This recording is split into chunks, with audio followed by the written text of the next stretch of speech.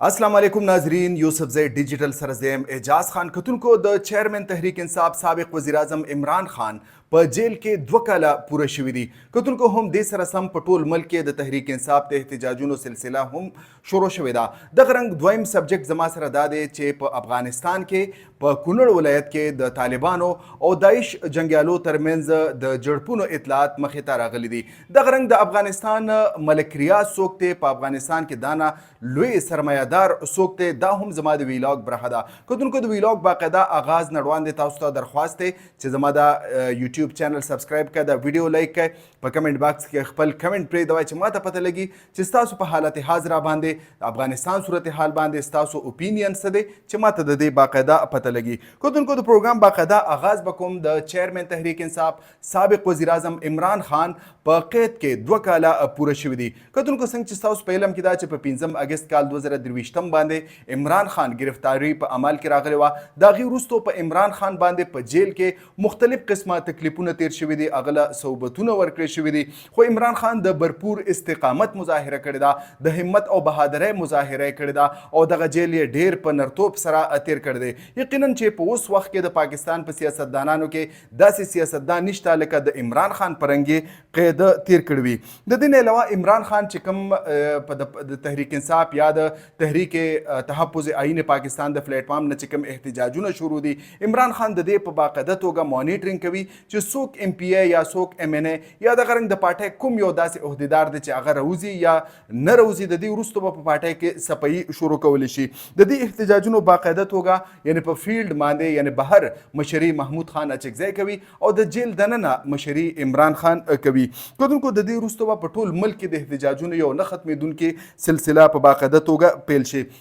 जबल एक जिक्र वकमा चे वज़ीर आला खैबर पख्तूनख्वा अलीमीन गंडापुर बद दे नड़वान दे एहतजाजुन लीड कवल खुपागा बांधे द पाटे द कारकुनानो एतमाद धीर ज्याद कम शवे दे सिंह चिताउस पता दा प तीर कार सली रुस्तम या शपगविश्तम नवंबर बांधे चिकम वाकयात शो पे इस्लामाबाद के दागी उरुस्तो चिकम प अलीमीन गंडापुर बांधे तनकीद शो द दी उरुस्तो प अलीमीन गंडापुर और द पाकिस्तान तहरीक इंसाफ चिकम कारकुनान दी द दुई तरमेंज बद एतमादी सेवा शवे दा सीनियर सहाफी असतूर वेली दी चे इमरान खान ता प जेल के चिकम रिलीफ वर्कवल कीगी तकरीबन 3 रोज़ शवे अगत अखबार आज़ाद करे शवे दे अगत किताबुन वर्करे शवे दी नूर योशमेर सहूलतुन अगत वर्करे शवे दी द दी असल वजूहात मखे तरागली दी सीनियर सहाफी असतूर वेली दी च शरीफ खानदान तदा पता लगे दलेदा च द इमरान खान जामन कासिम खान सुलेमान खान प लंदन के यानी द बरतानिया प पार्लियामेंट के दा मामला पोर्तकवलो इरादा लरी और यकीनन च शरीफ खानदान ता बददे लवजे लुए मुश्किलात रामहते कीगी शरीफ खानदान द डेरे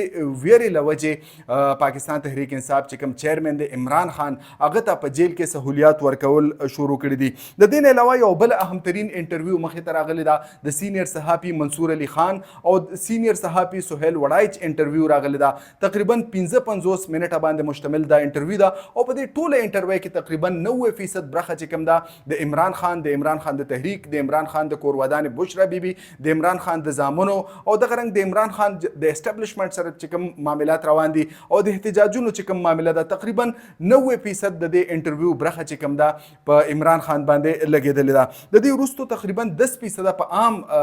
मामलात बांधे द इंटरव्यू शो दा हो पदी इंटरव्यू के द मुल्क चिकम लोए मसला दा बेरोजगारी महंगाई द रंग द गरीब उलस और द जमहूरी हकूनो द इंसानी हकूनो और द रंग द तरहगरे चिकम नासूर दे प मुल्क तेर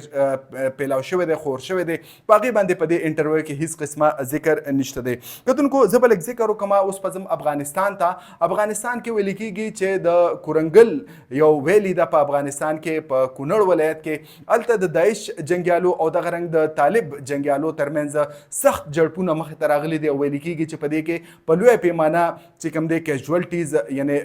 मर्ग जोब ल मख तरागली दा बल्कि अफगान हुकूमत पदे मामला बांधे लग खामोशी इख्तियार करे दा यकीनन चे प मुनासिब वक्त बांधे अगुई पदे बांधे रद्द अमल वर्की चे आया प कुनड़ वलायत के चिकम द तालिब जंगियालो और द रंग द दाइश डले चिकम मिलिटेंट सी द दुई तरमेंस चिकम जड़पुन शवी दी पदी के